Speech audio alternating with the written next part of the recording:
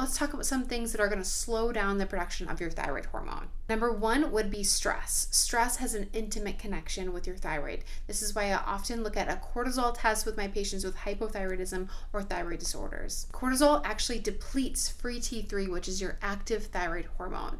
So this is why I often look at a cortisol test with a lot of my hypothyroid patients to make sure that they are actively converting their free T3 into free T4. Another thing that's going to slow down your production of thyroid hormone is a low-calorie diet. Not eating enough is generally going to slow down your metabolism. So I recommend getting lots of carbs in the form of vegetables at every single meal and then having a grain at the end of the day. Thirdly, I often recommend a fluoride-free toothpaste. Often fluoride and iodine will shift spots, especially if you are a swimmer. So make sure you have a fluoride-free toothpaste and getting plenty of iodine in your diet. And the fourth thing would be to clean your environment. So buy organic so that you're not having any pesticides in your food.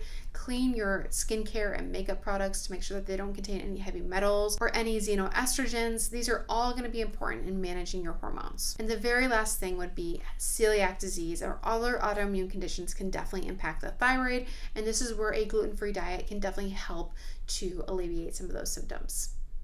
If you like this video, go and follow some more tips, tricks, and health and wellness.